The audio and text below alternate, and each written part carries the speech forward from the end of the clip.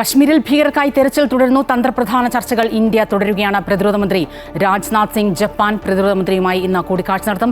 UN രക്ഷാസമിതി യോഗം ചെയ്യണമെന്നാവശ്യപ്പെട്ട് പാകിസ്ഥാൻ രംഗത്തെത്തി റഷ്യയുടെയും സഹായം തേടിയിട്ടുണ്ട്. അതിനിടെ കശ്മീരിലെത്തുന്ന വിനോദസഞ്ചാരികളുടെ സുരക്ഷ ഉറപ്പാക്കണമെന്നാവശ്യപ്പെടുന്ന ഹർജി സുപ്രീം കോടതി ഇന്ന് പരിഗണിക്കും. പ്രിൻസിപ്പൽ കറസ്പോണ്ടന്റ് KK പ്രശാന്ത് ചേരുകയാണ്.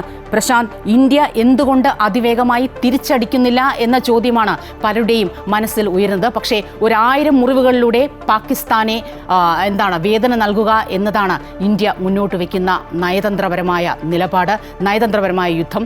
ഈ ഒരു സാഹചര്യത്തിൽ ഇന്ത്യ അങ്ങേയറ്റം ആഗ്രഹിക്കുന്നതും അന്താരാഷ്ട്ര സമൂഹത്തിൽ നിന്നുള്ള ഒരു പിന്തുണ. അതുതന്നെയാണ് ഇന്നിപ്പോൾ നമ്മുടെ വിദേശകാര്യ മന്ത്രാലയത്തിലടക്കം വിവിധ രാജ്യങ്ങളിലെ നേതാക്കളുമായി സംസാരിച്ച് അത് നമ്മൾ ഉറപ്പുവരുത്തുന്നതും. അതേ പേടി പാകിസ്ഥാനുമുണ്ട്. അവരും ഇതിന് തൊട്ടു പിന്നാലെ UN രക്ഷാസമിതിയിലടക്കം സമീപിക്കുകയാണ്.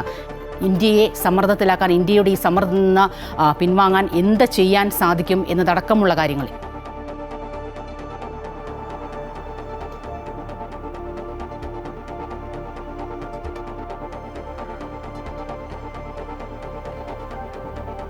സ്വപ്ന, പ്രതിപക്ഷമടക്കം ഇതേ ചോദ്യം ഉന്നയിക്കുന്നുണ്ട്. പ്രത്യേകിച്ച് വളരെ പെട്ടെന്ന് തന്നെ തിരിച്ചടി ഉണ്ടാകുമെന്ന് തന്നെയാണ് പ്രധാനമന്ത്രിയും പ്രതിരോധ മന്ത്രിയും ആഭ്യന്തരമന്ത്രിയും എല്ലാം തന്നെ പറഞ്ഞത്. പക്ഷേ ഒരു തരത്തിലുള്ള നടപടിയും അതുമായി ബന്ധപ്പെട്ട ഉണ്ടാകുന്നില്ല എന്നുള്ളതാണ് ആരോപണമായി ഉന്നയിക്കപ്പെടുന്നത്. പക്ഷേ അപ്പോൾ പ്രധാനപ്പെട്ട കാര്യം എന്ന് പറയുന്നത് ഇതൊരു സൈനിക നീക്കത്തിലൂടെ അല്ലെങ്കിൽ സൈനിക നടപടി എന്ന നിലയിലേക്ക് കാര്യങ്ങൾ ഈ ഘട്ടത്തിൽ ധൃതി പിടിച്ചു പോകേണ്ടതില്ല എന്ന് തന്നെയാണ് രാജ്യം തീരുമാനിച്ചിട്ടുള്ളത്. മറുവശത്ത് ഏതൊക്കെ രീതിയിൽ പാകിസ്ഥാനെ സമ്മർദ്ദത്തിലാക്കാം ആ രീതിയിലെല്ലാം തന്നെ ഇത്തരം നീക്കങ്ങൾ ഉണ്ടാകുന്നു.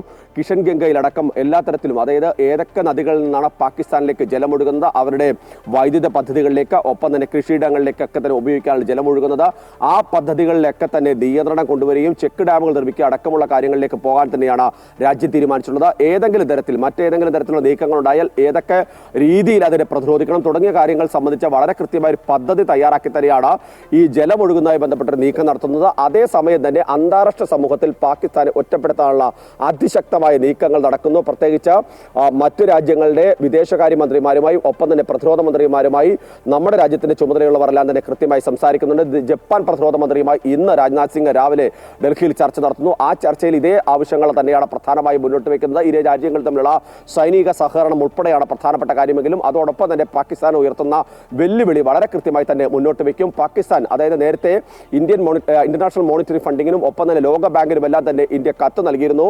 അവർ നൽകുന്ന സാമ്പത്തിക സഹായങ്ങൾ പാകിസ്ഥാൻ പ്രധാനമായും തീവ്രവാദ പ്രവർത്തനങ്ങൾക്ക് മാത്രമാണ് ഉപയോഗിക്കുന്നത്.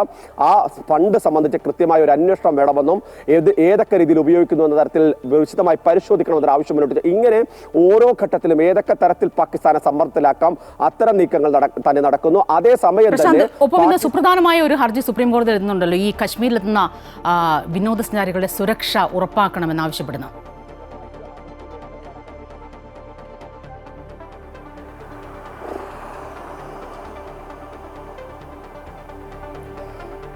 നേരത്തെ ഒരു ഹർജി സുപ്രീം കോടതിയുടെ മുൻപിലേക്ക് വന്നിരുന്നു. ആ ഹർജിയിൽ ഇതിൽ ജുഡീഷ്യൽ അന്വേഷണം വേണമെന്നുള്ളതായിരുന്നു ആവശ്യം. ആ സമയത്ത് ഈ ഘട്ടത്തിൽ രാജ്യത്തിന്റെ ഇപ്പോൾ പ്രതിരോധിച്ച് നിർത്തുക അല്ലെങ്കിൽ കൂടുതൽ ആത്മവിശ്വാസം നൽകുക, സൈന്യത്തിനും ആത്മവിശ്വാസം നൽകുക എന്നുള്ളത് നമ്മുടെ കടമയാണെന്ന് പറഞ്ഞുകൊണ്ടാണ് ആ ഹർജി നേരത്തെ സുപ്രീം കോടതി തള്ളിയത്.